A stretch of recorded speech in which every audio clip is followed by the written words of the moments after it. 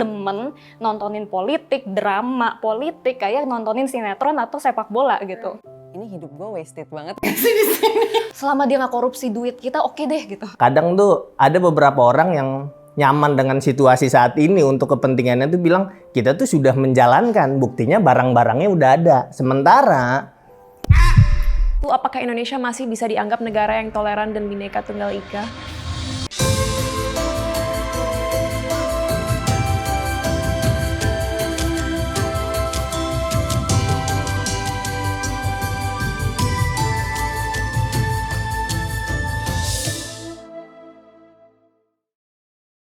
Pemilihan presiden kurang dari 1 bulan lagi. Untuk menyambut hari yang sangat penting itu, Bicara Cinta menghadirkan episode spesial dengan 3 anak muda keren Indonesia yang berpengaruh dan brilian. Pertama ada Abigail Limuria, founder dari Bijak Memilih, platform digital yang menyediakan berbagai informasi untuk membantu anak muda membuat keputusan untuk memilih di pemilu 2024. Fun fact, Bijak Memilih terpilih sebagai salah satu dari 30 inovator di MIT Solve Global Challenge 2023, khususnya dalam kategori Civic Action. Kedua, my dear friend Kania Cita, anak muda yang gak pernah berhenti menekankan pentingnya cara berpikir yang logis, rasional, dan ilmiah. Terbukti dari platform komunitas perempuannya, yaitu Velma Media yang memperjuangkan pemberdayaan cara berpikir masyarakat. Kania juga salah satu pendiri dari program dan konten-konten platform edukasi seperti Zenpro dan Zenius Education. Dengan segudang prestasi dan ilmu politiknya, nggak usah diragukan lagi kompetensi untuk membahas isu kali ini. Ketiga, satu-satunya bintang tamu cowok di episode kali ini, Bintang Emon. Stand-up comedian yang menjuarai Stand Up Comedy Academy Indonesia Season 3, dikenal dengan konten kritikannya yang tajam, konsisten, dan dikemas dengan humoris. Aku rasa kita semua bisa sepakat bahwa bintang tamu satu ini dikagumi masyarakat karena keberaniannya membahas isu-isu sosial dan ketidakadilan yang sering terjadi di sekitar kita. So without further ado, selamat datang di Bicara Cinta Indonesia. Beda pilihan politik, bukan alasan berkonflik. Guys, gimana rasanya disatuin di satu acara? aneh sih karena sebenarnya masing-masing kita Kenal. kadang kenal ketemu. Kita nggak pernah ada di Benar. Nggak pernah. Ini Karena pertama sebenarnya kali. Kania nggak pernah mau gitu Iya, berbarengan sama kita. Kita mah gitu. udah pernah ya, Kita udah pernah sepanggung. sepanggung. Sama Kania pertama kali nih. Apa Bisa alasannya ya? Kania nggak mau bareng beragam? Benar. Terus Bintang sengaja ya ngeblend sama Sofa hari ini. Itulah, karena dari sebelumnya kan aku ngecek dulu, oh Kak Cinta tuh gimana sih videonya? Beneran Oh, mirip aku milih. banget sih. Gue tuh prepare banget untuk podcast ini. Iya, tuh kan. Ini ngeblend banget sih dia. Tapi ini nggak ada green screen kan Cinta ya? Nggak No. nembus kan? No, thank God. Enggak. But anyway guys, hari ini tuh belum pernah aku melakukan episode Bicara Cinta di mana kita benar-benar ngebahas satu topik yang menurut aku penting bagi semua masyarakat Indonesia ya. But let's get started, langsung aja ya kita ngomongin Pilpres tahun ini. Kayaknya kita semua bisa sepakat, at least di buku sejarah Indonesia tuh bertransisi menjadi demokrasi tahun 98 lah ya. Dan kalau kita mau kasih definisi buat demokrasi, itu adalah sistem pemerintahan di mana rakyat ditempatkan sebagai pemegang kekuasaan tertinggi. Tapi aku mau mulai sama Kania dulu. Kamu kan majornya ilmu politik, political science. Oke. Sebenarnya apa sih definisi demokrasi yang sesungguhnya dan pada umumnya apa aja dasar demokrasi? Bener sih yang tadi udah disampaikan Cinta juga, dan kayaknya yang orang-orang juga pada umumnya tahu. Deskripsinya kan biasanya demokrasi itu sistem pemerintahan dari rakyat, oleh rakyat, untuk rakyat. Gampangnya sebenarnya dia perbedaannya apa sih lawannya dia gitu ya. Sebenarnya kan lawannya demokrasi itu sistem yang kekuasaan itu hanya diberikan kepada segelintir orang ya, basisnya bisa macam-macam sih, bisa mungkin keturunan, bisa juga mungkin dipilih, tapi udah habis itu mereka yang megang gitu. Tapi menurut kamu sistem demokrasi di Indonesia sekarang gimana? Sistem demokrasi di Indonesia sekarang ya kalau secara indikator demokrasi kita sudah menjalankan itu gitu ya. Ada pemilu berkala. Gak usah nengok ke sini-sini, jawab aja Mbak. Gak usah nengok ke sini-sini. Adanya pemilu berkala, adanya partai politik. Benar. Baru kalau partai politik itu sebenarnya konsekuensi dari kita nggak bisa rapat dengan 270 juta orang gitu. Jadi karena itu nggak bisa, jadi ada partai politik. Karena kalau misalnya di zaman masyarakatnya masih 200-300 orang sih sebenarnya nggak perlu partai politik ya. Karena tinggal rapat aja langsung di balai warga. Tapi karena kita beratusan juta orang jadinya perlu partai politik. Nah maka itu partai politik menjadi salah satu indikator juga bahwa demokrasi itu berjalan lah. Gitu. Jadi adanya pemilu, adanya partai politik. Kemudian adanya kebebasan-kebebasan ya yang dibutuhkan gitu dalam demokrasi, seperti misalnya kebebasan berbicara ya, makanya ada konten-konten bintang Emon yang kita bisa nikmati bersama. Kemudian kebebasan pers ya, di situ ya kita bisa lihat media. Kemudian kebebasan berorganisasi, makanya Abby dan teman-teman bisa bikin organisasi ya, bisa memilih dan gerakan-gerakan lainnya kayak gitu. Intinya kebebasan-kebebasan sipil yang dibutuhin untuk masyarakat bisa berpartisipasi gitu. Nah itu biasanya sih yang menjadi tanda-tanda bahwa ini kita sedang menjalankan demokrasi. But speaking of bebas berekspresi, kalau Bintang kan dikenal sebagai orang yang nggak takut untuk Bersuara. menyampaikan aspirasinya melalui sarcasm dan juga candaan. Ini aku ralat sendiri sedikit Ralat. ya. Bukan berani, emang cenderung bodoh aja. Oh, I see. Nggak ngitung resiko. Wah kayaknya salah deh. Tapi menurut kamu apa sih keresahan yang kamu miliki terhadap sistem pemerintahan Indonesia sekarang? Be honest. Yang boleh di-share lah, yang boleh di-share. Kan tadi disebutin juga aspek-aspek dalam demokrasi macam-macam, salah satunya soal partai politik. Tapi kayaknya ya semua aspeknya tuh udah ada, tapi berjalannya tuh masih kurang baik gitu. Jadi implementasinya masih kurang halus, kurang mulus gitu. Dari si pemilunya sendiri, partai politiknya sendiri. Jadi kadang tuh ada beberapa orang yang nyaman dengan situasi saat ini untuk kepentingannya tuh bilang kita tuh sudah menjalankan, buktinya barang-barangnya udah ada. Sementara lu senyum gue jadi takut. Kayaknya gue salah. Ya senyum aja dulu.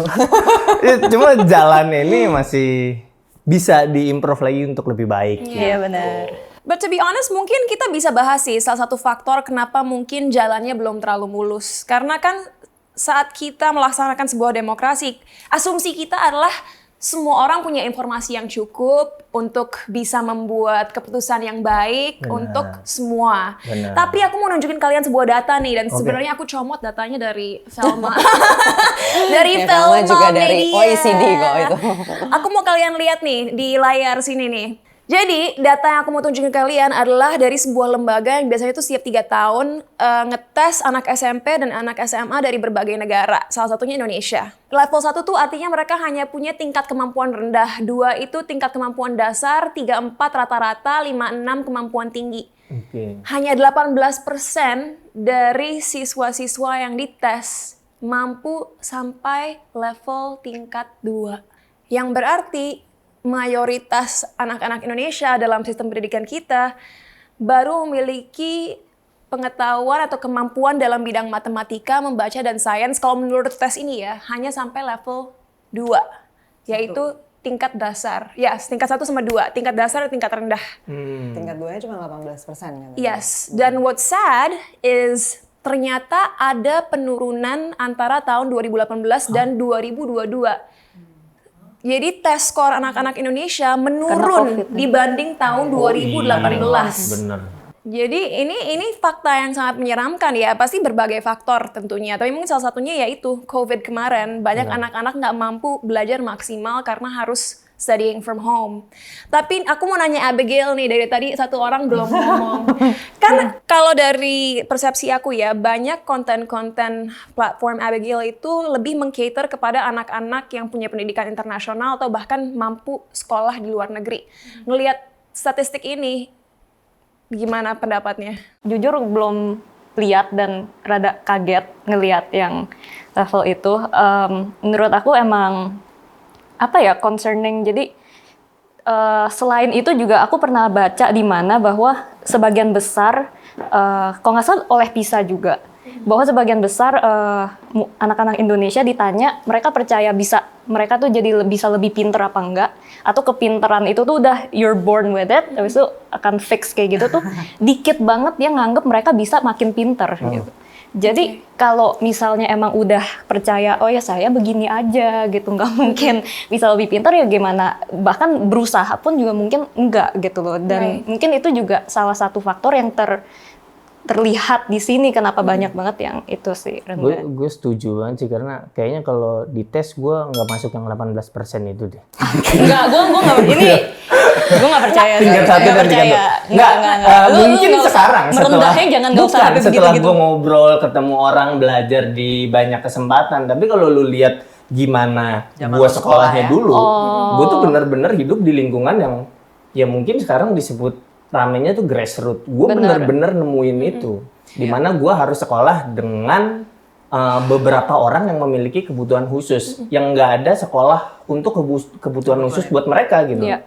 Jadi gue gabung dengan anak-anak kayak gitu loh. Terus juga dari sistem belajarnya, gizinya, itu benar-benar kosong banget. Gue tinggal di Jakarta pinggiran lah hitungannya. Tapi udah Jakarta. Hitungannya Jakarta, ibu kota. Saat gue SD, teman-teman gue banyak yang nggak sekolah. Gila, anak seumuran kita di tengah ibu kota, di tengah Indonesia tuh nggak sekolah. Dan orang tuanya tuh nggak menganggap hal itu penting juga. Jadi tentang skor ini bukan hanya faktor si anaknya aja, tapi bener-bener luas banget. So Bintang nggak shock ya melihat ini? Nggak kaget.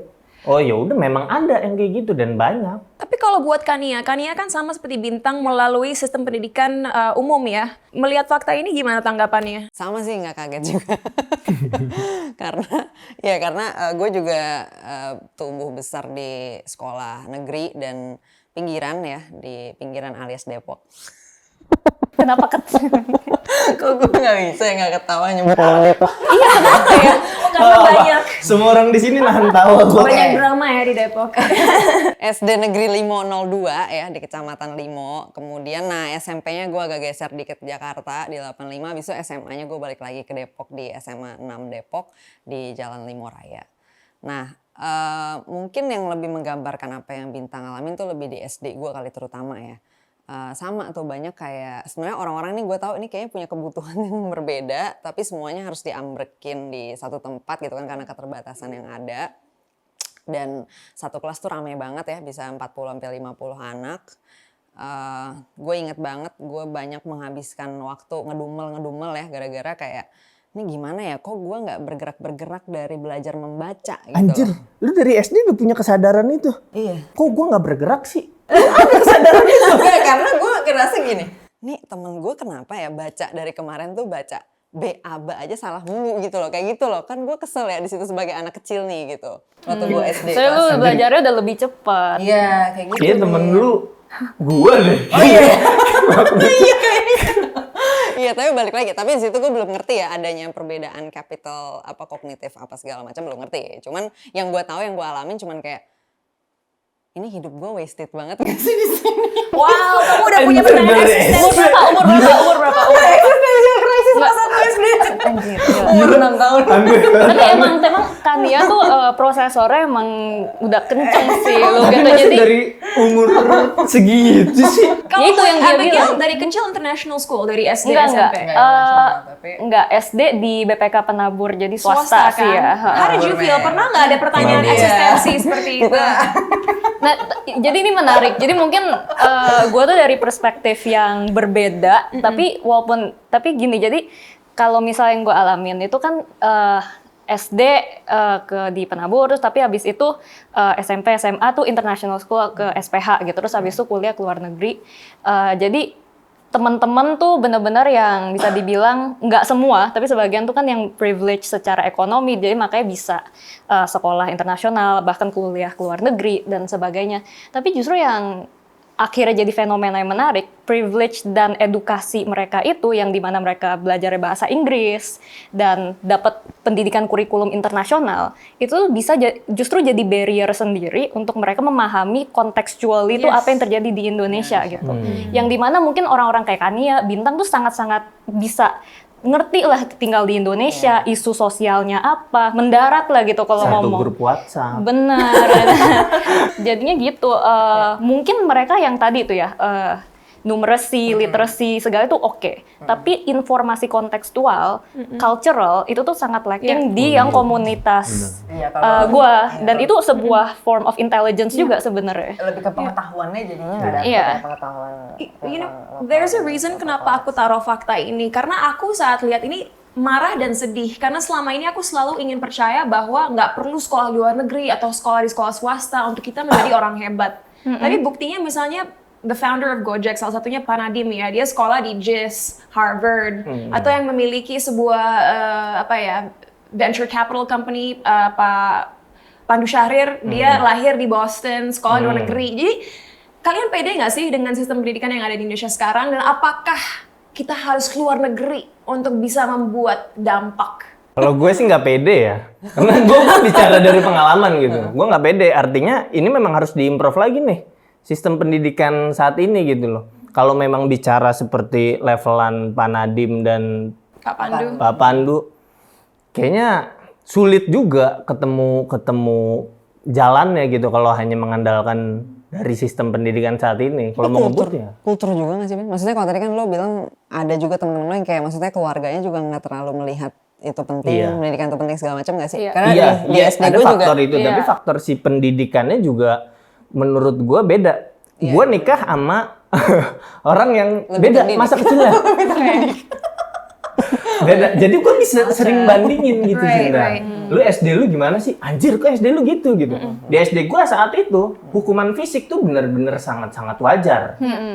At that time gue nggak tahu secara umumnya tuh harusnya udah hilang apa enggak. Tapi gue balik dengan biru-biru, gigit batu di kelas itu tuh hal yang biasa banget.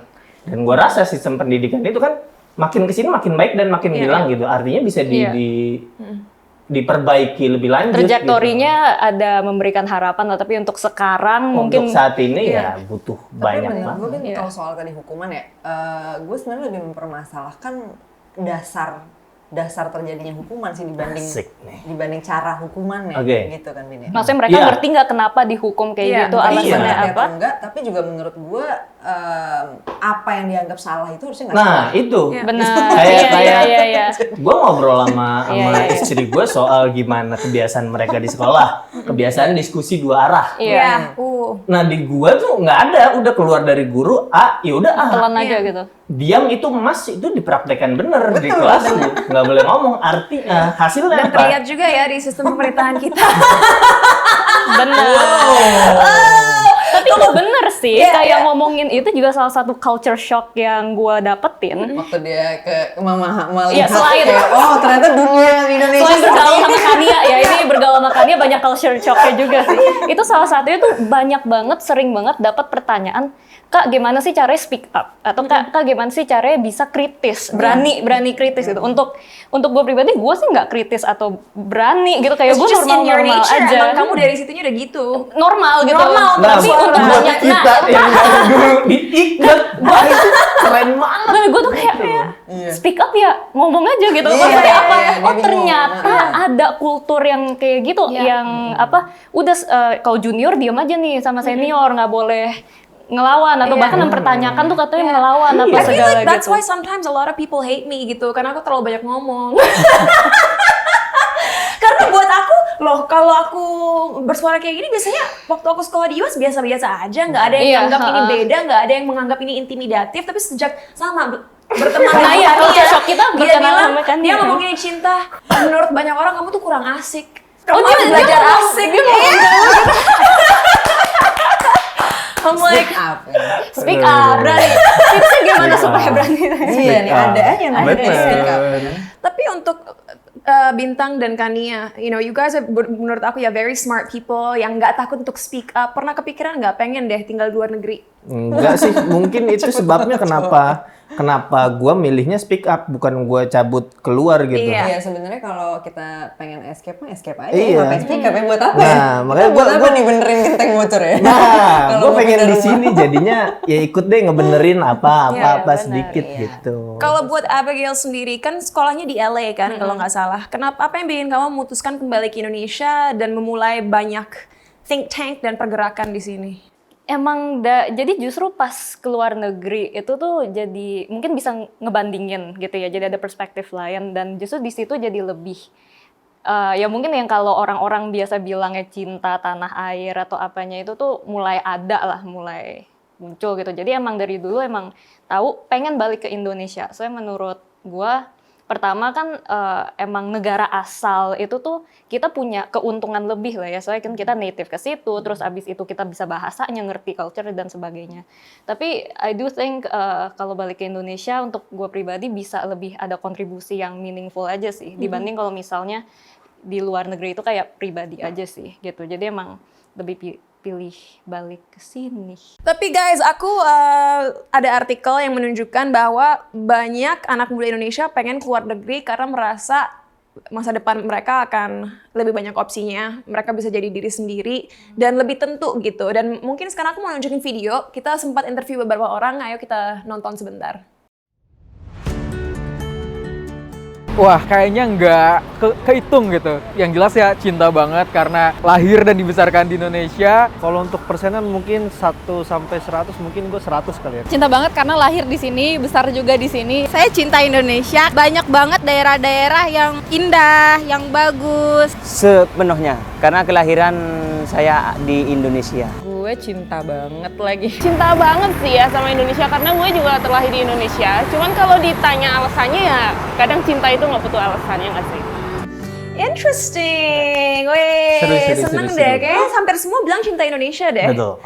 Tapi buat kalian sendiri ada nggak sih basis bertentu yang membuat kalian mencintai Indonesia? Karena tadi kalau kita lihat video ya, kalau menurut penangkapan aku itu lebih I love Indonesia, tapi like specific reason. Aku sih punya ya jawaban sendiri, tapi aku pengen dengar dari kalian. I think walaupun kita cinta Indonesia, itu kan cinta bukan berarti kita suka segala sesuatu tentang Indonesia atau approve segala sesuatu tentang Indonesia gitu kan.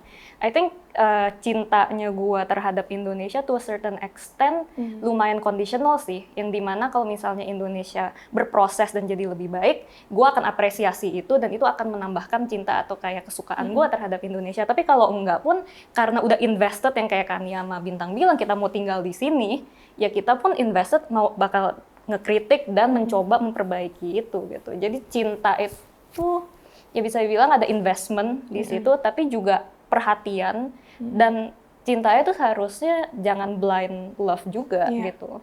Nah, kenapa aku nanya, and I'm so glad you said blind love, karena mungkin kalau aku ngasih pengalaman pribadi ya, mungkin bedanya aku sama beberapa orang di sini, aku juga ada campuran budaya lain, dalam arti ayah aku dari negara lain. Dan aku ingat banget dulu saat aku pindah ke US, sempat ada pemikiran buat aku ya, you know what? Untuk apa aku kembali ke Indonesia? Karena aku ngerasa aku nggak diapresiasi, aku ngerasa aku nggak bisa jadi diri sendiri. Like di sini lebih enak karena aku diterima apa adanya. I think you can lihat tuh ekspresi dia sama. Tapi saat aku memilih untuk kembali tahun 2019 kemarin, itu sebenarnya impetusnya atau turning point-nya terjadi pada 2018 saat aku melihat, oke, orang Indonesia bilang mereka mencintai negaranya, tapi kenapa pemimpin masih korupsi? Kenapa orang-orang masih melakukan kekerasan dan pelecehan pada satu sama lain? Kenapa sistem hukum masih ya banyak kekurangannya lah? Dan kenapa tidak ada satupun orang yang melakukan apapun? Akhirnya dari situ aku berpikir, aku peduli manusia dan aku peduli negara aku. That being Indonesia. Aku harus kembali karena aku tahu aku bisa ikut berkontribusi dengan orang-orang lain yang juga tidak takut untuk mengambil aksi dan bersuara. Dan akhirnya aku kembali karena cinta aku terhadap Indonesia adalah satu, dalam budayanya yang sangat beragam. You know, kita dari pulau ke pulau itu beda banget. Kita nggak bisa bandingin orang Indonesia yang dari Jawa sama yang dari Maluku. Completely different. Dari Sumba sama yang dari Sumatera. Completely different. Terus juga, aku ingin melihat negara ini maju. You know, makanya sekarang kita ada conversation terbuka ini kan. Kalau kita nggak memulai conversation-nya, gimana akan ada perubahan? Karena orang-orang nggak akan sadar atau akan buta akan apa masalah-masalah yang ada di negara ini. So that's for me, my love towards this country. Tapi sekarang aku mau nunjukin ke kalian nih beberapa program kerja untuk untuk para calon presiden 2024 ini. Aku yakin kalian udah lumayan familiar dengan setiap calon ya. Tapi kayaknya kalau kita lihat, common thread-nya, benang merahnya adalah kita harus memiliki fondasi pendidikan yang kuat supaya orang bisa pekerjaan yang membayar lebih banyak supaya orang bisa lebih memilah informasi dengan baik dan benar, bisa menggunakan teknologi dengan benar, dan tentunya bisa membuat keputusan terinformasi dalam memilih pemimpin yang jujur. Menurut kalian ada nggak opini pribadi tentang masing-masing calon presiden ini, program kerja mereka? What do you guys think about it? Ya, gua ini pemilu ketiga gua nih. 14, 19, sekarang 24. Sama ya, ketiga ya. Kayak di ketiga ini doang gua nggak baca full program kerja deh kayak. Gua ngerasanya kayak program kerja yang dibikin kan bukan kayak kita kerja ke perusahaan atau profesional yang kalau nggak terlaksana lu tuh ada konsekuensinya. Iya. Jadi gue rasa ya siapapun bahkan bisa bikin program kerja itu. Jadi gue lebih ngecek gimana latar belakang masing-masing capresnya ini gitu. Right. Karena masing-masing program kerja ya tujuannya pasti sama. Tujuannya pengen bikin Indonesia lebih baik, pengen menyelesaikan masalah Indonesia, dan itu tuh hal yang cukup mudah bikin program kerja mah. Kalau dari gue pribadi sih mungkin lebih kita emphasisnya jangan terlalu cuman ngelihat program kerja atau kayak gagasan yang dicanangin gitu, itu penting. Tapi kita juga harus imbangin yang kayak Bintang bilang tadi, kalau gagasan sih gampang ngomong aja tuh bisa gitu. Tapi yang penting itu track record atau rekam jejak dan rekam jejak partai dan kelompok dia gitu. Itu yang nggak bisa bohong menurut gua, dan itu makanya kita harus lihat selama ini nih orang-orang yang ngusung dia business affiliation-nya tuh kemana sih gitu.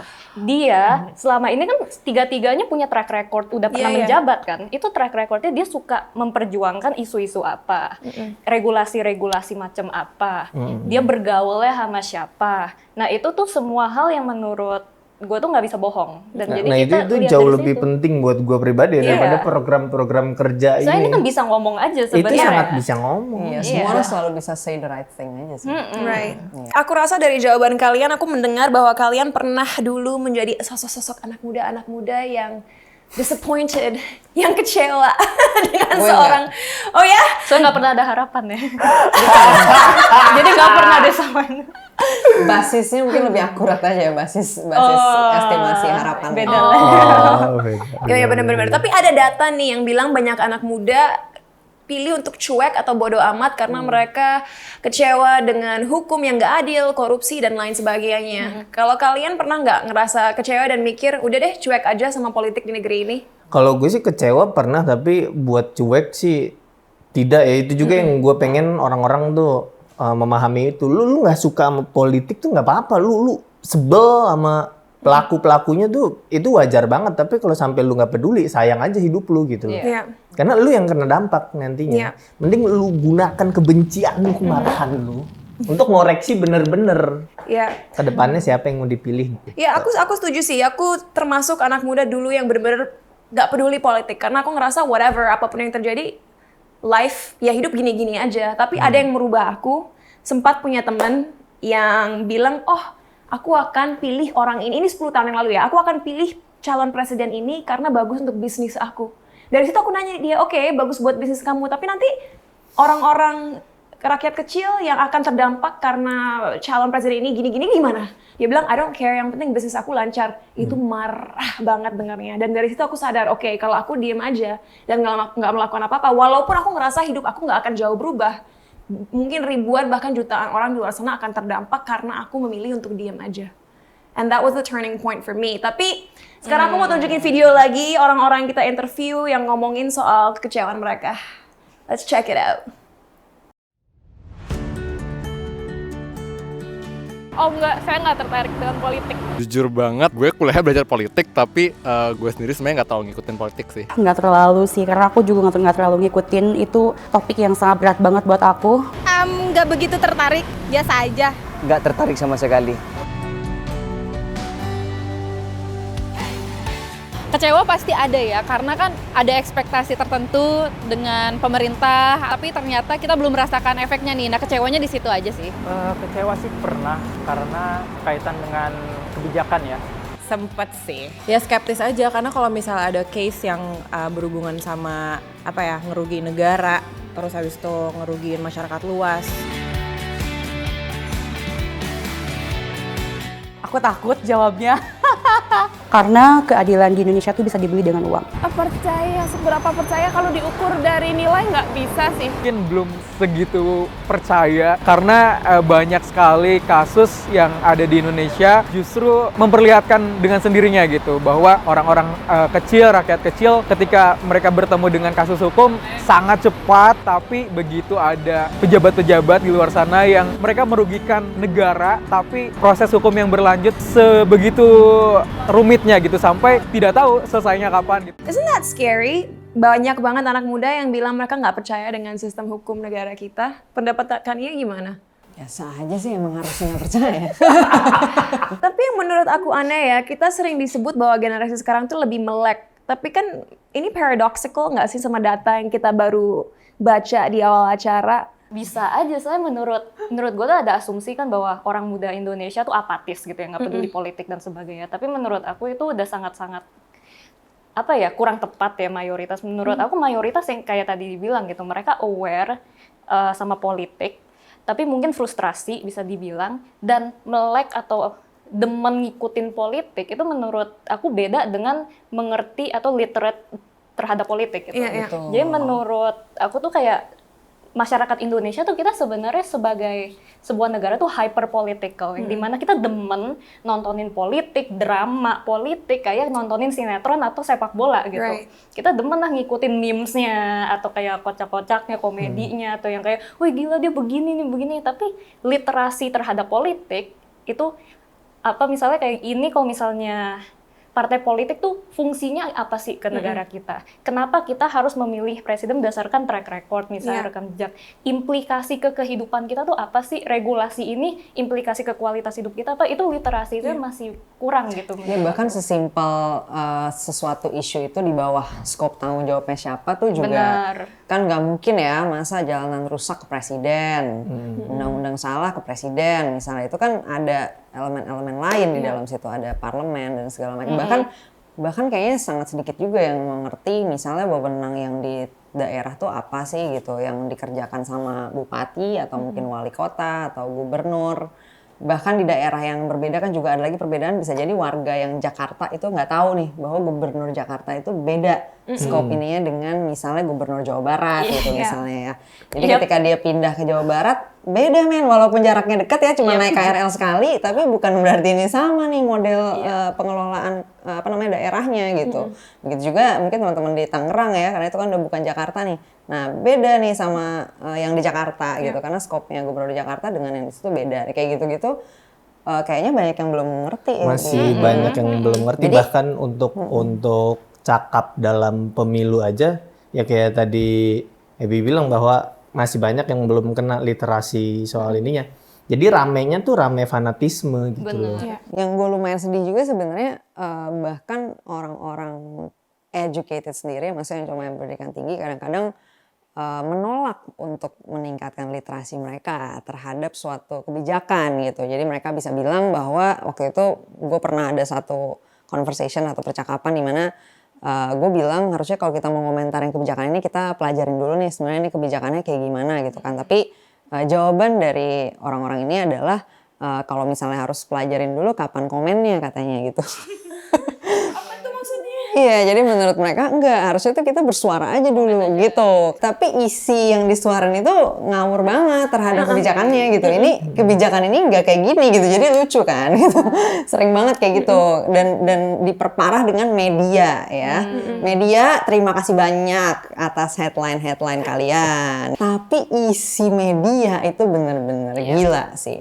Dan kadang-kadang bahkan isinya pun juga kadang-kadang salah. Kalau untuk kebijakan tertentu ya, waktu itu kalau nggak salah ada yang rame soal pajak ya, kalau nggak salah PPH atau apa, seakan-akan ada perubahan padahal nggak ada perubahan. Itu lucu banget. Jadi kayak masyarakat udah rame bahwa ini ternyata dinaikin atau apa padahal nggak, kayak gitu-gitu yang jadi kalau dibilang apakah masyarakat makin melek, mungkin iya, tapi justru cara ngeliatnya gini, dengan data kemampuan literasi dasar begini, kemudian makin melek begini, nah kita kombinasikan dua ini, ya kan? Nah hasilnya adalah sosial media kita.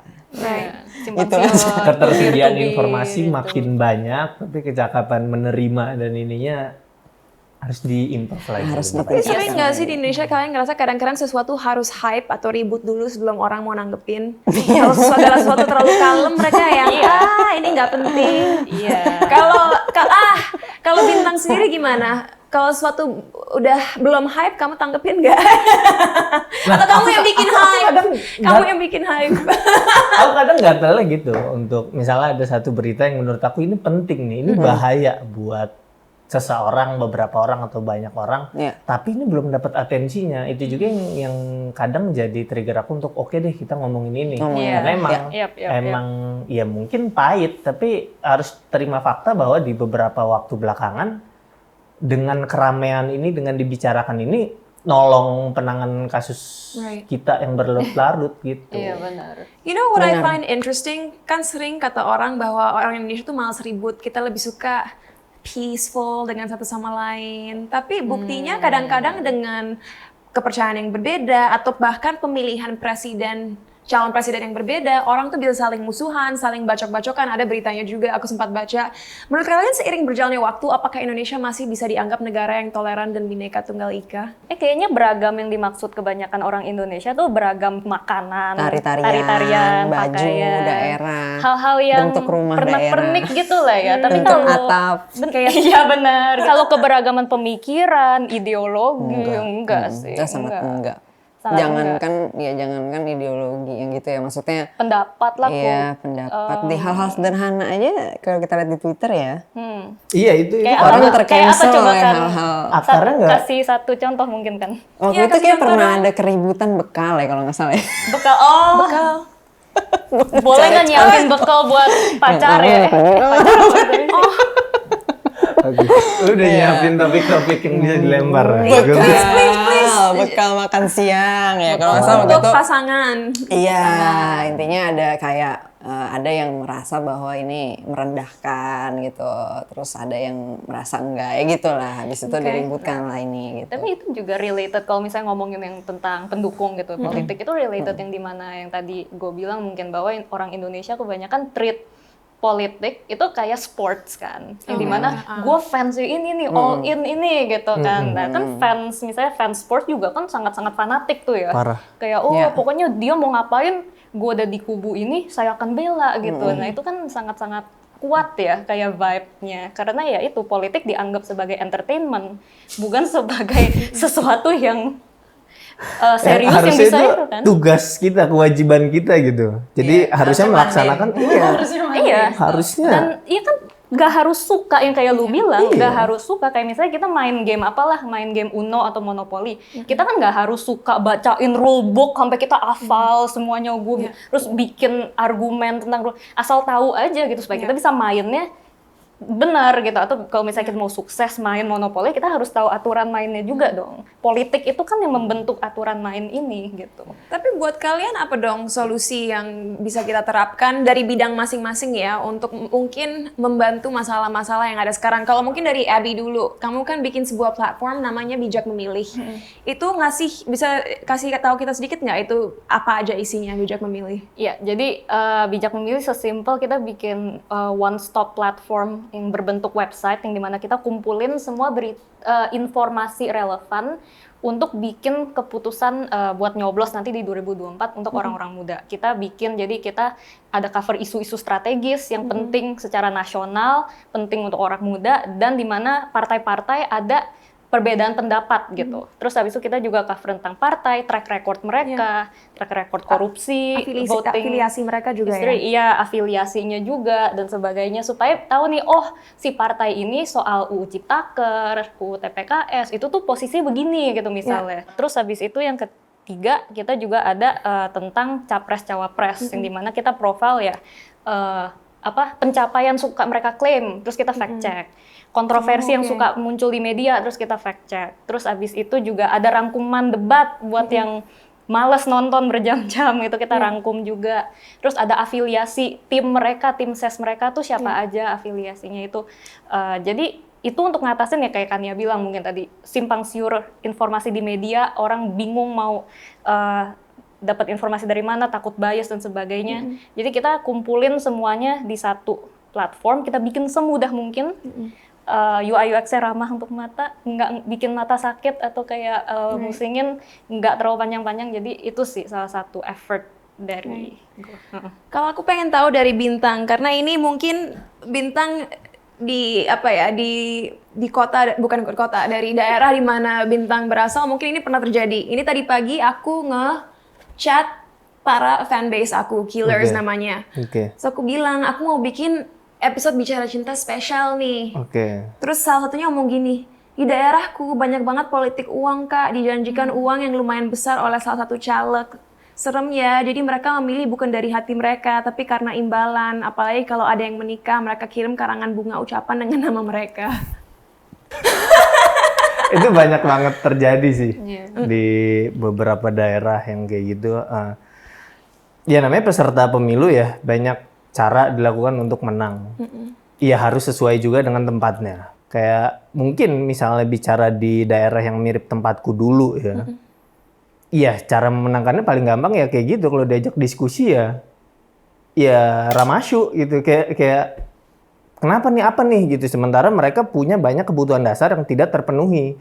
Jadi itu celah untuk gimana orang-orang itu mendapatkan suara, peserta pemilu itu mendapatkan suara. Apakah itu hal yang baik? Ya jelas itu tidak. Tapi mengatasi masalahnya tuh perlu dukungan dari berbagai sektor menurutku. Dari kesejahteraannya perlu, pendidikannya perlu, pengetahuan soal bagaimana menyikapi pemilunya juga sangat perlu, dampak-dampaknya juga sangat perlu. Karena sering banget dijelasin juga, dampaknya tuh kayak gini, kalau lu nerima duit, suara lu hilang, bla bla bla, suara gue 1 doang. Sementara gue dapat duit ini bisa hidup 3 hari 4 hari, ya gue juga nggak bisa bilang apa-apa untuk nggak apa-apa, lu lapar dulu 3 hari, kan enggak juga. Kayak sulit, ini butuh waktu yang lama, butuh bantuan dari berbagai pihak juga. Gitu. Menurut Kania, apa bedanya election sekarang sama yang 5 tahun yang lalu? Kalau sekarang kan kayak para calon presiden tuh pada nge-attack satu sama lain, menjatuhkan satu sama lain. Kenapa bisa kayak gitu? Isn't it a bad precedent atau bad example buat masyarakat? Harusnya sih enggak ya. Ya kalau kayaknya gue ngeliatnya dari election ke election harusnya nggak jauh beda ya. Maksudnya soal, ya kalau misalnya bicara soal apa yang di-attack mungkin bisa jadi beda. Tapi kan dengan peserta yang sama bisa jadi sama. Nah, cuman kalau soal saling meng-attack atau ini justru menurut gue justru nggak ngerti dengan orang yang menganggap itu problem gitu. Bahwa orang saling berantem atau saling meng-attack itu problem. Karena gue tumbuh dalam kultur kebebasan berpikir gitu ya. Di rumah gue itu adalah hal yang biasa untuk orang mendebat satu sama lain kalau misalnya nggak setuju. Jadi kita nggak ngerasa aneh dengan orang itu berantem sampai misalnya 2 jam gitu ya, ngobrol di space Twitter, berdebat gitu. Gue nggak aneh dengan itu karena kultur di dalam keluarga gue sendiri yang dididik sama nyokap gue tuh emang sangat-sangat pro kebebasan berpikir dan hak untuk berbeda gitu, hak untuk kalau bahasa ininya berdialektika gitu. Jadi kalau nggak setuju sama sesuatu ya ngomong gitu kan, bukan justru saling diem aja. Justru gue termasuk yang nggak cocok dengan kecintaan pada harmonis berlebih yang ada di Indonesia ini ya gitu. Karena menurut gue bukan harmoni sebenarnya yang ada, tapi lebih ke hipokrisi gitu. Jadi orang nggak setuju itu diam gitu. Contohnya orang-orang yang tadi gue sampein ke Cinta. Banyak orang punya pendapat terhadap cinta tuh diam aja gitu, nggak ngomong. Karena itu kebiasaan umum di Indonesia ya, nggak berani memulai konfrontasi gitu, memulai konflik itu nggak nyaman dengan konflik. Padahal konflik itu bagian dari kehidupan yang harus kita belajar untuk gimana kita kelola itu gitu. Dan menurut gue kita sangat-sangat immature ya dalam hal itu.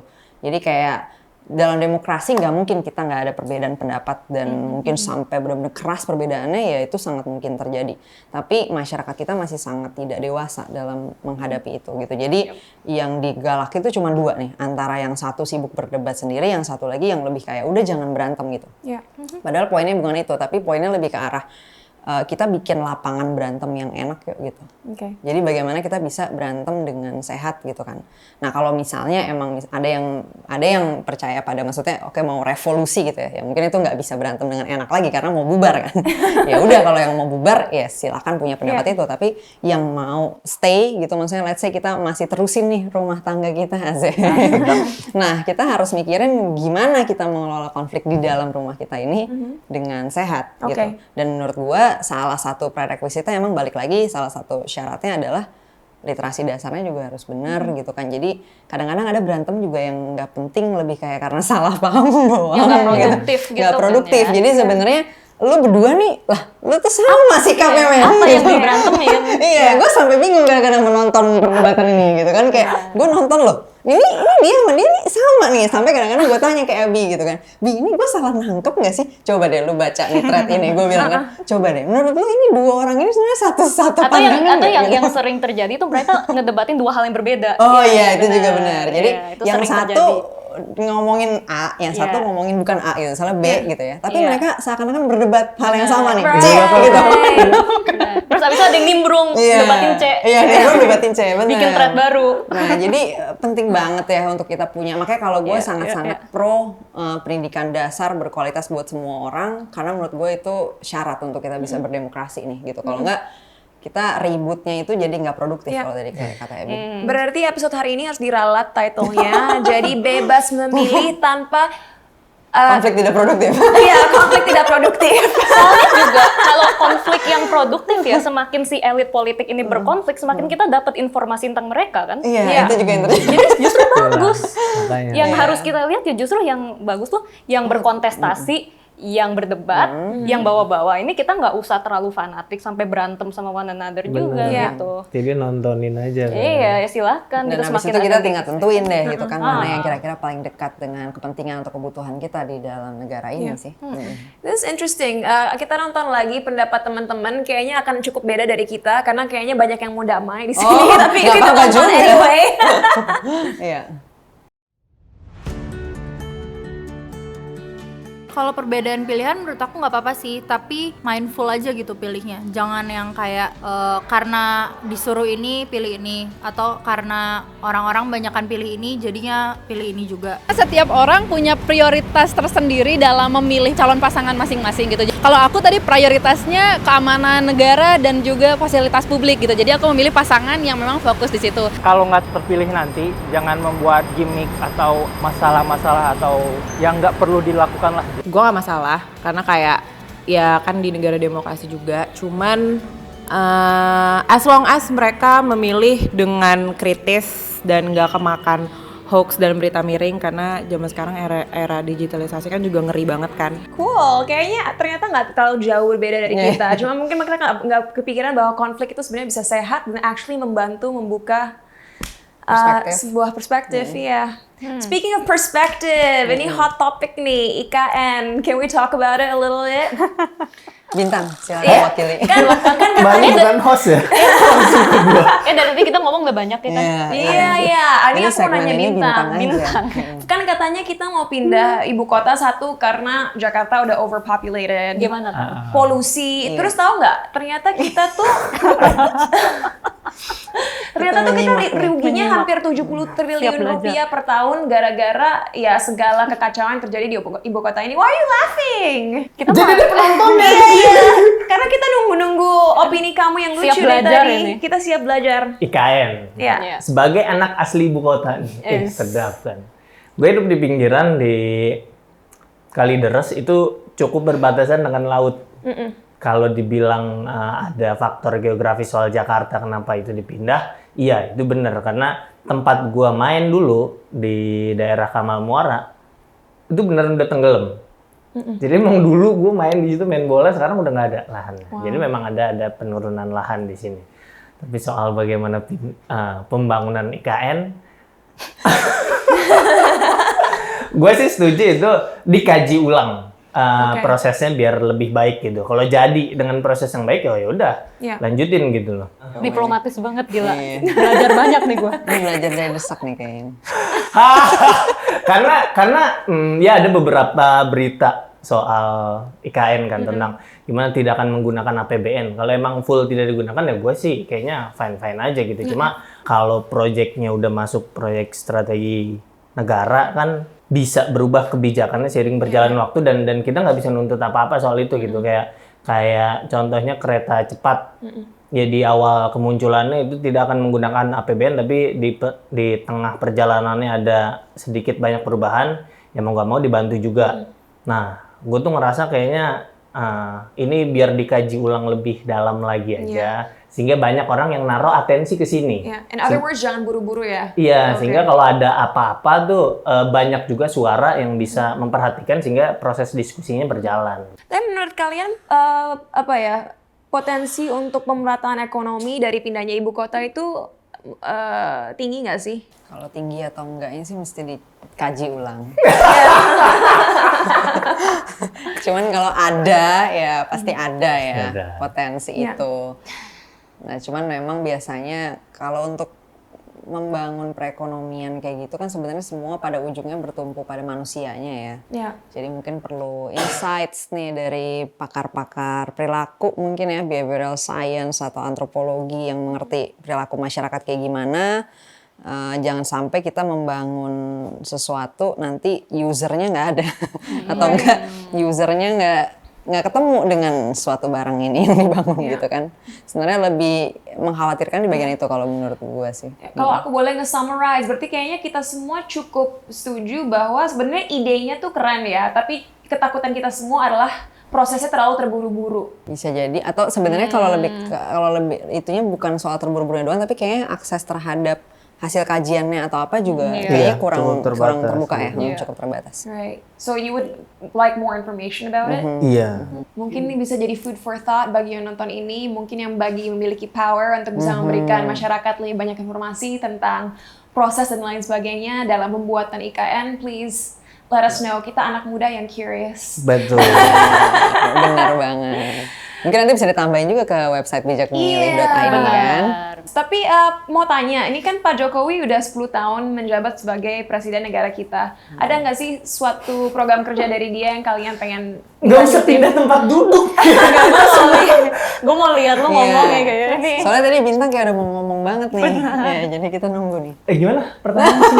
Program Pak Jokowi yang perlu dilanjutkan, Bintang. Silakan. Kepada Bintang emang. Program Pak Jokowi yang perlu dilanjutkan. Keringetan loh. Iya, padahal AC banyak di sini. Gimana? Kartu-kartu? Ya, banyak. Salah satunya. Kartu-kartu mungkin, karena emang dampaknya sangat-sangat terasa itu tuh. Lalu hilirisasi. Itu juga membawa dampak yang baik. Nggak, gue serius. Udah mulai. Tapi itu tuh bagus banget gitu. Maksudnya ketika berani ngegugat ke WTO, wah itu gue ngerasa bangga banget sih, kayak wah keren gitu. Walaupun di masa pemerintahannya ada kurangnya ya, gue berusaha tetap objektif gitu ngelihatnya. Oh yaudah memang ada kurangnya ini, tapi lebihnya juga nggak sedikit kok, fine juga kok. Sehingga kalau ada yang perlu dilanjutin dari program Pak Jokowi, ya selama itu baik ya kenapa enggak gitu. What about you, Kania? Idem yang bagus-bagus ya iyalah dilanjutkan. Mungkin yang perlu diperbaiki ya kan. You know, tentunya ini kan isu seharian ini, isu yang kita bahas itu lumayan sensitif ya. Tapi kalau kalian bisa jujur tentang satu hal, satu-satu nih, I wanna go around the table. Nah, sebelum dengar pertanyaan, kayaknya nggak bisa jujur. Tentang apa dulu nih bisa? Nggak, soalnya kita kan bukan jubir ya dalam kampanye. Jadi kita nggak bisa menyampaikan hal-hal yang related. Masalahnya sekarang tuh udah sangat terpolitisasi. Kita mungkin ngomong A, B itu otomatis ini afiliasi ini harus jadi pendukung ini. Jadi harus hati-hati. Itu dilihat dari orang lihat kita. Oh, ini kayaknya ngedukung ini. Itu hanya orang biasa. Tapi orang yang fanatik ke 1, 2, 3 itu kadang bahkan bisa ngegunain potongan-potongan ini untuk ini nih mendukung kita. This helps ya. Pertanyaan aku mau tanya sebenarnya nggak ada list pertanyaan dan nggak ada hubungannya sama goals mereka. Tapi kalau kita hidup di sebuah utopia Indonesia, apa satu hal yang sangat kalian inginkan dari seorang pemimpin? Dan ini bukan ngomongin 3 capres ini ya, enggak, just in general. Dalam membangun sumber daya manusia, prioritaskan hal yang fundamental. Jadi jangan sampai asal kopas lah gitu dari negara lain yang padahal level masyarakatnya beda dengan kita gitu. Jadi kalau buat gue, pick our battles, kita nggak bisa fight all battles. Untuk SDM sebenarnya fokusnya ya udah, mendingan fokus saya dulu bangun manusia yang rasional, scientific, jadi kita bisa punya realitas yang sama dulu nih untuk bisa membuat keputusan dan membuat sikap gitu. Nah mulai dari situ sih kira-kira ya, literasi dasar yang bagus. And then sisanya menurut gue bisa agak diprioritas dikit. Nah tapi bagian itu memang harus tegas. Ya jadi gue lumayan butuh sih pemimpin yang tegas. SDM. Oh yang tegas. Iya. Abi. Gimana? Atau Bintang dulu deh, Abi terakhir karena Bintang kayaknya udah Bintang mikir dulu kayaknya dia lagi mencari cara diplomatis. Cara menyampaikannya nih.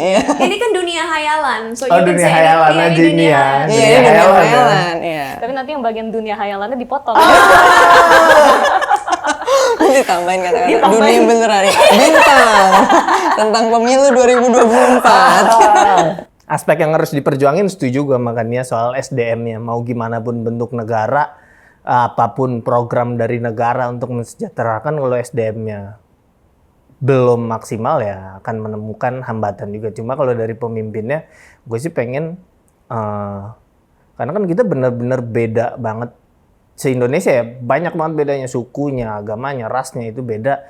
Ya pemimpinnya ini harus jadi tempat pulang buat si orang-orang ini, merangkul buat semua masyarakatnya.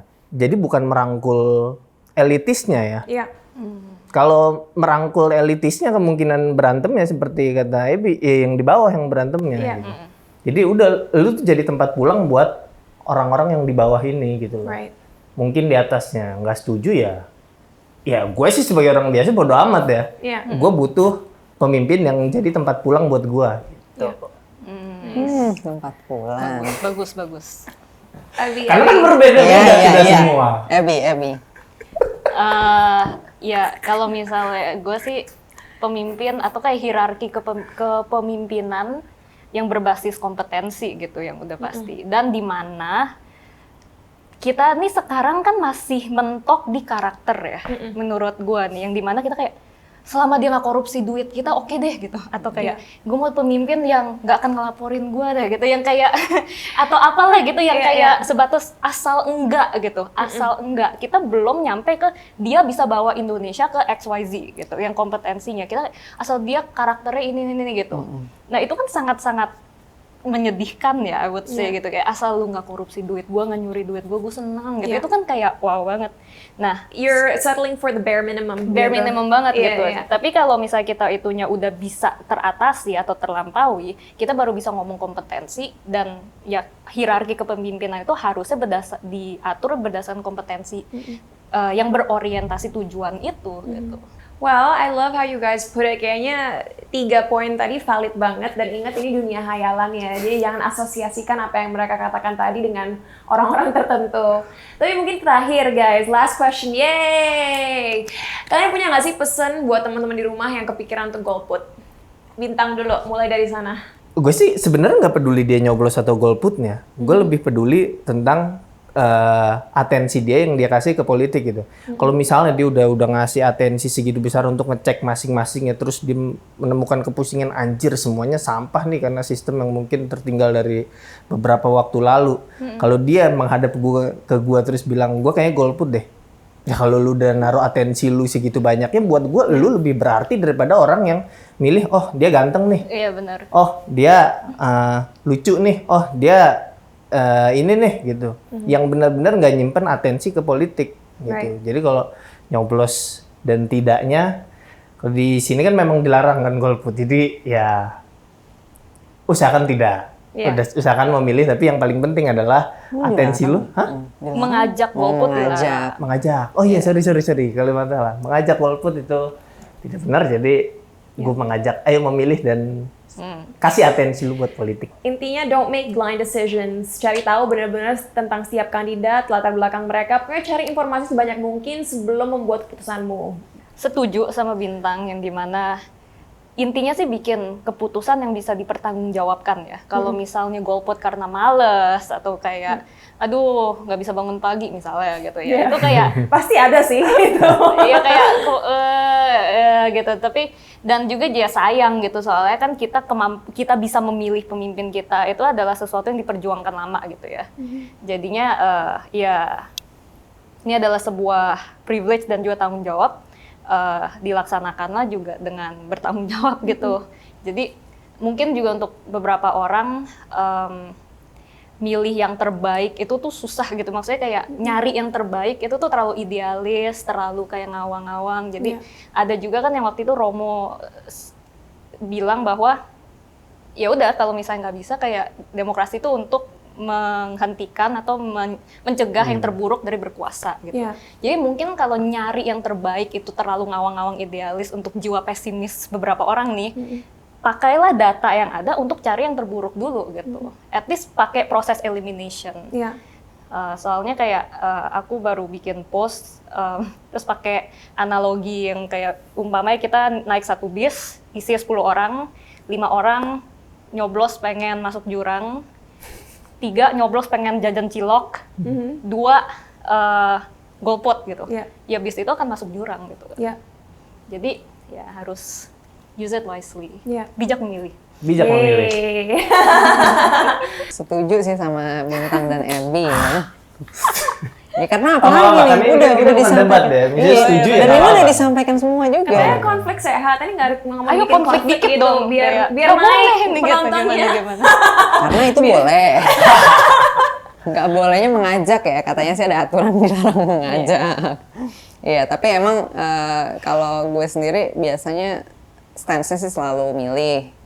Tapi gue juga ngerti ada orang yang misalnya stance-nya enggak, ya balik lagi sih, yang penting dasarnya gitu kan, jangan sampai nggak berpartisipasi lah gitu di dalam kehidupan kita bernegara dan berbangsa ini ya. Kayak gue sering dengar orang-orang bilang kecewa sama politik karena gini gitu ya, misalnya ya karena masih banyak korupsi, karena gini, tapi kalau gue tanya, oke, dalam semua proses itu lo ngapain gitu? Nggak ngapa-ngapain sih kan, ya itu kayak lo ada di rumah terus lo protes banyak piring kotor gitu. Ya lo udah pernah nyuci piring belum gitu kan? Lo udah pernah nanya belum siapa yang bertugas nyuci piring? Lo udah pernah mengangkat isu belum kayak kita bikin jadwal piket cuci piring yuk? Atau lo udah ngapain nih gitu kan? Nah kalau misalnya lo di dalam rumah ini belum ngapa-ngapain terus tiba-tiba kecewa doang sama outputnya gitu kan, sama resultsnya, menurut gua assessment lo nggak pas gitu. Maksudnya nggak fair lah gitu judgement lo terhadap ini tuh apakah buruk, apakah baik gitu ya. Karena ya lo sendiri nggak terlibat di dalam prosesnya gitu. Gue sering nanya kayak misalnya ada yang bilang bahwa gue kecewa dengan rezim ini gitu ya, misalnya atau dengan kepemimpinan si siapa gitu kan. Bisa jadi di level daerah ya, nggak harus nasional sih gitu kan. Nah terus ketika gue tanya, oke, emang di awal ketika dia naik, lo pakai matriksnya apa gitu? Kayak tadi kan Bintang bilang kalau di perusahaan kalau misalnya orang nggak nyampe KPI atau nggak nyampe target-targetnya bisa ada konsekuensi gini-gini. Nah tapi gue tanya, oke, lo udah punya belum matriksnya gitu kan? Di depan lo bikin KPI-nya apa buat pemerintahan ini gitu. Nah kalau nggak ada, lo ngukur dia gagal dari mana gitu kan? Lo ngukur dia nggak mencapai nih apa yang harus dicapai. Lah apa? Target capaiannya apa emang yang lo pakai buat mengukur dia gitu. Nah karena kalau gue sendiri tiap abis gue milih, gue pasti bikin tuh target matriks yang gue pakai buat orang yang gue pilih ini. Jadi gue punya target capaian gue sendiri yang gue expect bakal dilakuin sama rezim ini atau sama pemimpin ini gitu. Nah kalau misalnya lo nggak punya ukuran apa-apa, tahu-tahu di akhir lo bilang ini buruk gitu ya, kepemimpinannya buruk atau rezim buruk, menurut gue itu negativity bias doang. Jadi lo cuman ngelihat ada berita-berita orang kecewa atau ada berita yang terkesan negatif apa segala macam, terus lo kira ya udah this is a bad rezim lah gitu atau bad governance gitu. Padahal lo nggak memakai suatu matriks yang objektif untuk mengukur itu. Nah jadi saran gue adalah 2 nih. Pertama, mumpung ini belum pemilihan ya, kalau lo mau milih, coba lo tentuin deh yang mau lo anggap jadi indikator keberhasilan dari pemerintahan ini tuh apa nih. Seenggaknya yang matters buat lo aja gitu, nggak usah pakai target nasionalnya lah gitu ya. Tim nasional yang ngapain udah lo aja gitu. Lo maunya apa nih yang dicapai. Nah tapi ya of course harus make sense juga ya bisa dicapai. Yang kedua adalah berpartisipasi jangan cuma pas pemilu aja gitu. Kalau bisa sih lo kenalan bahkan sama partai di tempat lo tinggal gitu. Biasanya partai kan punya kantor tuh di setiap daerah ya, di setiap kecamatan kalau nggak salah bahkan. Nah lo coba tuh cari tahu ya partai apa yang lebih cocok buat lo, nilai-nilainya mungkin sejalan sama lo. Nah lo coba terlibat di situ gitu kan, karena proses untuk satu kandidat itu nyampe ke tiket presiden, untuk tiket presiden wakil presiden itu nggak tiba-tiba gitu, nggak tiba-tiba partai kayak oke, Abigail Limuria kenal kagak, ya kan nongkrong di DPC nggak pernah, ngurusin DPP kagak pernah, nyumbang 2.000 perak pun kagak gitu kan buat acara partai, tahu-tahu dikasih tiket gitu kan, ini nggak masuk akal juga kan. Nah jadi participate, kalau misalnya nggak ada partai yang cocok ya bikin, ya kan Bintang dengerin mau bikin partai itu. Wow, partai You heard it here first. Wow, I love this conversation. Intinya guys, jangan hanya bisa mencaci maki, komplain, dan mengkritik. Berusahalah cari informasi yang cukup agar bisa membuat keputusan yang terinformasi, mau itu akhirnya tidak memilih siapapun atau memilih siapapun, tapi tentunya kalau dari kita, please vote. Karena kalian harus berkontribusi untuk masa depan negara ini. Dan kayak Abi bilang tadi, jujur satu suara aja benar-benar akan membuat dampak. Jangan pernah berpikir, oh aku hanya satu orang, it won't do anything, tidak akan melakukan apa-apa untuk masa depan kita, whatever. Nggak begitu. In reality, sebenarnya semuanya akhirnya terakumulasi. So please, jangan diem aja. And on that note, para narasumber ini, terima kasih banget ya waktunya ya. Sama-sama, thank you. Mudah-mudahan gak kapok. Amin. Mudah-mudahan interview ini nggak membahayakan image kalian. Dan untuk menutup Bicara Cinta Indonesia, ini adalah pesan-pesan dan video dari teman-teman kita di luar sana. And on that note, we'll see you guys next time. Bye. Bye. Saat ini satu suara pun sangat berguna gitu untuk masa depan dan kemajuan Indonesia. Sebaiknya jangan, karena tiap warga negara berhak untuk memberikan suara. Itu juga sebetulnya golput juga pilihan mereka kan. Tara pernah kecewa dengan calon pasangan sebelumnya yang dipilih tapi tidak ada hasil, lebih baik sih memilih aja gitu. Kalau gue sih pribadi gue nggak mau ya golput. Kenapa? Masih ada banget alasan kita untuk milih at least yang better gitu di antara 3 paslon ya. Kalau bisa jangan golput, soalnya satu suara itu menentukan kemenangan seorang. Sebaiknya jangan dilakukan ya, karena kan pemilihan presiden sendiri di tahun ini kan menentukan ke depannya gimana. Kalian gak usah golput ya, karena ini juga berpengaruh terhadap Indonesia terutamanya. Karena kayak satu suara aja tuh lumayan berpengaruh gitu. Kan kita punya hak untuk bisa memilih, tapi memilihnya cuma satu. Seharusnya meskipun satu suara bisa memilih. Menurut gue nggak ada keuntungannya sih lo golput. Menyumbang satu suara itu sangat penting untuk kemajuan Indonesia.